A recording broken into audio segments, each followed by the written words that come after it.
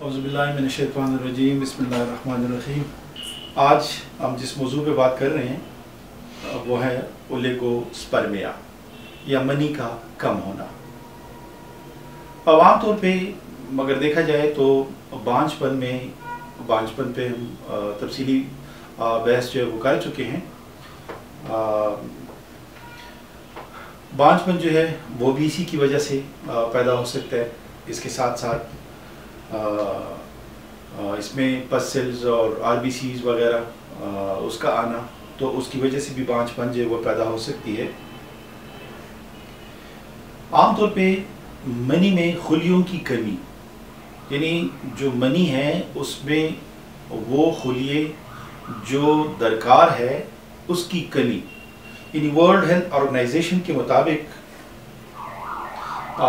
इसकी जो औसतन एवरेज है, यानी वो 15 mg स्पर्म की फी मिलीलीटर में या इससे ज़्यादा होनी चाहिए, यानी ये उसकी बिल्कुल नॉर्मल वैल्यू है। इससे कम औसतन जो होती हैं, तो अगर हम देखें तो इससे जो औसत अगर कम हो जाए तो फिर उसको हम कहते हैं ओलिगोस्पर्मिया या मनी का कम होना। अब मनी का कम होना यानी आम तौर पे अगर हम देखें तो ये तो एक मुख्तसर सी बात है, लेकिन इसके वजूहात है, इसके असबाब है कि क्यों इस तरह होता है। मेल में अगर वेरिकोसेल्स हम जिसको कह लेते हैं, अब वेरिकोसेल्स यानी इंसानी जिस्म में मनी के पैदावार के लिए या वो मनी की फैक्ट्री भी उसको अगर कहा जाए तो बुरी बात नहीं होगी, क्योंकि जो हिस्से है तो वो उसको पैदा कर देते हैं। और फिर अगर उसमें सूजन जो है वो आ जाए, उसकी जो रगें हैं उसमें सूजन आ जाए, या उसमें वो हार्डनेस जिसको एंडोरेशन हम कहते हैं, वो एंडोरेशन अगर आ जाए तो उस एंडोरेशन की वजह से भी यही असबाब जो है वो पैदा हो सकते हैं। और इसी वजह से जो हिस्से है अगर उन पे चोट लगे तो उस चोट की वजह से भी उस पर असरात जो है वो पैदा हो सकते हैं। इसी तरह अगर ट्यूमर है तो उस ट्यूमर की वजह से रसोलियम जिसको आम लफ्ज़ों में कह लेते हैं, अगर वो रसोली हैं तो उसकी वजह से भी ये मसला पैदा हो सकता है। या इसके अलावा कैंसर भी इसकी एक वजह हो सकती है, या माजी में जो सर्जरी यानी पास जो पोस्ट ऑपरेटिव अगर सर्जरी हो चुकी हैं तो वो भी इसकी एक वजह हो सकती हैं। और इसके अलावा हार्मोन की जो अदम तवाज़न है या हार्मोन की जो हार्मोनल इम्बैलेंस है तो वो भी इसकी एक वजह जो है वो हो सकती है। यानी असबाब में अगर हम बात करें तो ये चीज़ें उसमें आ सकती हैं। या फिर इसमें मुख्तलिफ़ केमिकल्स हैं तो वो केमिकल्स भी इसकी असबाब जो है वो बन सकते हैं। या मुख्तलिफ़ दांतों का इस्तेमाल अगर है तो वो भी इसकी असबाब जो है वो बन सकते हैं।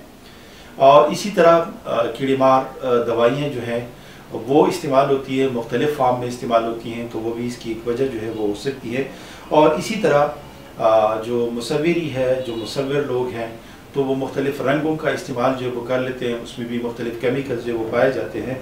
तो मुसव्विरी की जो मवाद है तो उससे भी इस तरह की सबब जो है वो पैदा हो सकती है। या इसके अलावा मंशियात का इस्तेमाल तो वो भी इसकी एक सबब जो है वो पैदा हो सकती है।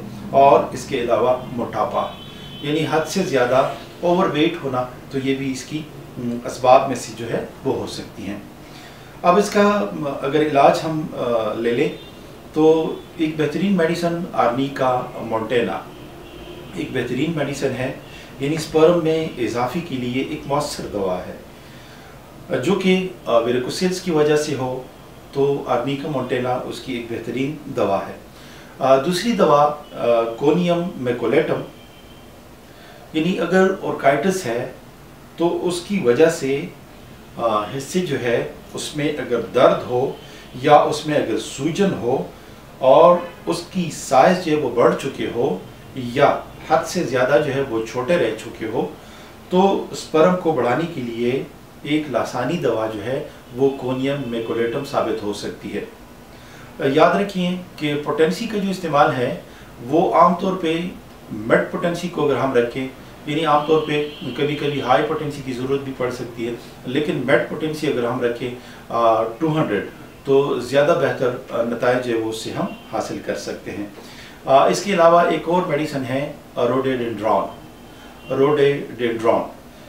ये एक बेहतरीन मेडिसन है। हिस्सों में अगर सूजन है या साइज़ में जो है वो बड़े हो चुके हैं और पुरदर्द हो और मामूली लम्स से, यानी उसको अगर हल्का सा भी टच किया जाए तो उसकी वजह से उसमें शदीद दर्द जो है वो पैदा हो जाए या शदीद दर्द का एहसास जो वो पैदा हो जाए, और उसके साथ साथ जो स्पर्म की कमी है वो भी, तो स्पर्म की कमी को पूरा करने के लिए रोडोडेंड्रॉन एक अहम किरदार जो है वो अदा कर सकता है।